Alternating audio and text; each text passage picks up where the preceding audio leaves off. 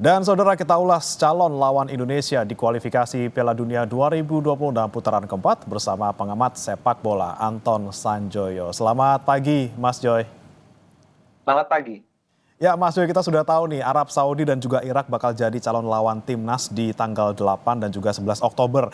Nah kalau Anda lihat mungkin dari kemarin-kemarin kita sudah bertanding lawan Arab Saudi menang, kemudian tapi kalau melawan Irak nih belum pernah menang gitu ya kalau untuk di kualifikasi. Anda melihatnya peluangnya seperti apa? Kemudian ada nggak sih kekurangan-kekurangan dari kedua tim ini yang bisa jadi peluang buat kita? Ya kalau ini hasil undian yang sebetulnya tidak kita harapkan ya, tidak diharapkan oleh Indonesia karena satu menghadapi Irak itu kan Indonesia nggak pernah menang dalam beberapa pertemuan terakhir. Menghadapi Arab Saudi pun menang terakhir bisa menang setelah puluhan tahun nggak bisa menang itu di Jakarta. Jadi memang ini berat sekali bagi Patrick Kluivert dan timnya, tapi bukan tidak mungkin ada kejutan-kejutan ya, terutama setelah kan di putaran ketiga Indonesia mampu menahan Arab Saudi di Jeddah, menang lawan mereka di Jakarta. Lawan Irak memang masih ada PR besar, tapi timnya udah sama sekali berbeda juga. Jadi rasanya sih tetap ada peluang, tidak terlalu besar untuk mengatakan bahwa realistis saja bermain di tanah Arab bukan hal yang mudah, ya Hmm. kan? Bahkan kalau penalti waktu itu Arab masuk, Indonesia juga kalah. Gitu. Jadi memang ini sesuatu yang harus diperjuangkan sekuat tenaga, apalagi tampaknya Indonesia akan kehilangan oleh Rumeni Hmm. penyerang andalan yang cedera dan kemungkinan besar masih akan mencari penggantinya yang masih harus menyesuaikan diri dengan tim. Sementara Arab Saudi sendiri improve menurut saya dalam beberapa bulan terakhir mereka menunjukkan peningkatan yang sangat signifikan ya sejak mereka kalah melawan Indonesia. Demikian juga Irak, Irak sangat steady penampilannya dan sejauh ini memang menjadi menurut saya lawan yang lebih berat daripada Arab Saudi di luar faktor tuan rumah. Hmm. Jadi ini memang faktor yang harus betul-betul diperhatikan oleh Kluivert, mumpung masih ada 2 pertandingan uji coba melawan Libanon dan Kuwait Hmm. di akhir September kalau tidak salah. Jadi ini yang harus dimaksimalkan karena kalau kita berkaca pada penampilan terakhir melawan Jepang, Hmm. itu kan memang sebegitu banyak kekurangan mulai terkuat yang tidak Ya. terlihat dalam penampilan sebelumnya. Nah, ini yang harus diperhatikan betul-betul karena saya rasa untuk menghadapi Jepang yang bukan tim terbaik sebetulnya yang mereka turunkan, bukan skuad terbaik, kekurangannya masih sangat menonjol sehingga rasanya memang harus banyak pembenahan terutama di Hmm. sektor pertahanan yang selama ini sebelum melawan Jepang kita anggap nih yang sudah yang terbaik.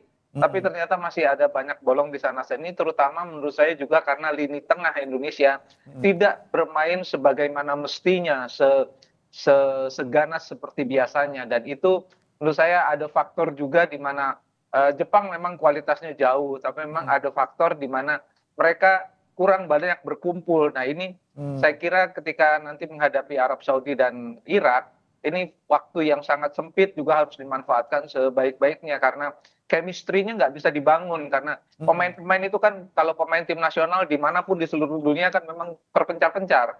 Ya. Apalagi Kluivert ada di Belanda, sebagian ada di Indonesia, ada yang main di Thailand sekarang. Jadi Hmm. memang ini kumpulan pemain internasional Hmm. yang butuh strategi khusus ketika datang, waktu hanya beberapa hari diramu sedemikian rupa menjadi tim yang solid. Saya kira itu Oke. PR terbesar dari Kluivert.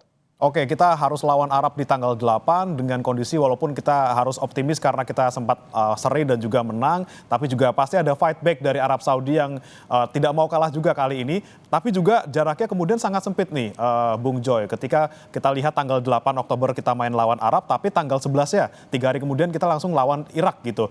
Anda melihatnya nih tantangannya semakin besar, semakin berat, dan apa yang harus disiapkan saat melawan Irak nanti? Ya inilah yang saya kira kita sudah tidak lagi bisa menengok ke belakang ya, karena soal drawing ini juga kan dalam tanda tanya besar. Hmm. Apalagi Arab Saudi dan Irak akan memainkan laga mereka itu pada pertandingan matchday terakhir. Jadi dalam tanda kutip sebetulnya seolah-olah sudah diatur Irak dan Arab Saudi harus ketemu di laga terakhir. Indonesia Hmm. bertemu tanggal 8 dan tanggal 11. Jadi itu udahlah itu nggak perlu dipersoalkan lagi karena memang sudah tidak bisa menghindar. Tapi memang betul-betul harus diperhatikan waktu recovery mereka, terutama setelah pertandingan pertama melawan Arab Saudi, kemudian melawan Irak. Ini yang betul-betul soal rotasi dan kebugaran pemain ini akan menjadi faktor yang sangat-sangat kunci. Dan memang ada masalah lain, main di tanah Arab tidak pernah bisa mudah. Dan Ya. ini yang saya kira meskipun mereka pemain-pemain yang lama berkiprah secara profesional, Mm. tetap tekanannya begitu kuat juga. Dan harus diingat juga sebetulnya tidak ada satupun manusia di Indonesia ini yang mengharapkan Indonesia bisa lolos langsung kan. Jadi Ya. menurut saya faktor mental di mana ada tekanan-tekanan besar Indonesia harus lolos langsung ke Mm. Piala Dunia ini kan sebetulnya ketika putaran ketiga selesai kan sudah habis. Jadi Mm. di sekarang pun menurut saya di putaran keempat lolos langsung rasanya memang sangat berat. Yang paling realistis adalah masuk ke putaran kelima dan itu Oke. perjalanan masih panjang. Oleh Oke. sebab itu menurut saya faktor mental di mana Indonesia harus bisa main santai Mm. supaya bisa keluar semua kemampuannya itu juga jadi faktor kunci. Saya kira Kluivert dan timnya sudah memikirkan hal ini. Oke, nah kita tadi juga sempat Anda sebutkan Mas Joy terkait dengan kemungkinan Ole ini bakal bisa jadi absen gitu ya untuk membela Indonesia di putaran keempat. Kalau misalnya memang tadi kata Kluivert juga sudah siapkan plan B. Nah plan B ini kira-kira orang-orangnya ada nama-nama nggak menurut Mas Joy? Mungkin ada Mauro Zestra mungkin yang akan nanti dinaturalisasi gitu, atau mungkin pemain-pemain yang lain seperti misalnya Rafael Strijk atau Ramadan Sananta? Ya saya kira ada beberapa opsi, ada beberapa pemain baru yang akan dinaturalisasi, di antaranya memang yang tipenya menyerang. Ada Ramadan Sananta juga yang belum teruji, masih ada Hoki Caraka, masih ada Rafael Strijk, tapi mereka bukan yang striker murni, itu cuma Hoki Caraka dan Ramadan Sananta. Cuma mereka kan tidak perform selama ini. Tapi jangan lupa Indonesia punya Jens Raven yang tampil bagus sekali ya, melawan kemarin mencetak 6 gol melawan Brunei Darussalam di U23. Jadi saya rasa dia patut dipertimbangkan lah, karena menurut saya meskipun dia jam terbang mainnya di klub tidak terlalu bagus, tapi ketika main di tim nasional so far sangat oke, meskipun lawannya kemarin Brunei ya. Tapi menurut saya dia Ya. bisa dicoba, bisa masuk di line up skuad tim nasional. Boleh dicoba lah, jangan melihat usianya yang masih sangat muda. Karena banyak sekali pemain bintang juga muncul pada usia 17-18 tahun. Oke. Jadi harusnya sih ada opsi untuk Raven di samping opsi yang lain, karena menurut saya Romeni ini kan sebetulnya bukan striker murni banget juga, dia bukan Ya. pemain murni nomor 9, tapi dia ketika dia di posisi nomor 9 sangat bagus, dan saya kira banyak pemain atau ada beberapa pemain yang bisa dicoba untuk posisi nomor 9. Baik, terakhir nih Mas Joy, menurut Anda kira-kira komposisi yang nanti ketika kita lawan Arab ataupun Irak harus diubah atau tetap seperti yang kemarin di babak ketiga? Kemudian kira-kira kalau di sektor tengah itu kira-kira tadi Anda sebutkan pertahanan kita agak kurang mumpuni gitu ya ketika melawan Jepang. Seperti apa yang harus diperbaiki? Saya kira memang ada faktor di mana lapangan tengah yang biasanya sangat lugas itu ketika melawan Jepang memang tidak kelihatan.